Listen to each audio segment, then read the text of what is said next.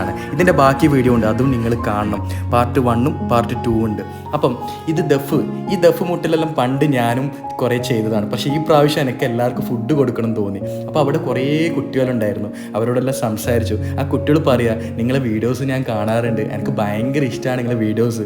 അപ്പം അറിയാത്ത കുട്ടികൾക്ക് മറ്റുള്ള കുട്ടികൾ പറഞ്ഞ് മനസ്സിലാക്കി കൊടുക്കുമ്പം ഇത്രയും കുട്ടികൾ എനിക്ക് ഇത്രയും സപ്പോർട്ട് ചെയ്യുമ്പോൾ, പിന്നെ ഇത് മാത്രമല്ല ഇവിടെ കാണിക്കുന്ന ഈ ഉമ്മമാരെല്ലാം ഇല്ലേ, എൻ്റെ വീഡിയോസ് കാണാറുണ്ട് മോനെ, നല്ല വീഡിയോസാണ്, നല്ല അടിപൊളിയുണ്ട്, എന്നും വീഡിയോസ് ചെയ്യണമെന്ന് പറയുമ്പം ഇത് തന്നെയല്ലേ വേണ്ടത് അല്ല? ഇതല്ലേ ഹാപ്പിനെസ്? ഒരുപാട് ഉമ്മ പെങ്ങന്മാരെയും ഒരുപാട് കുട്ടികളെയും സ്നേഹം കിട്ടുന്നതല്ലേ സന്തോഷം.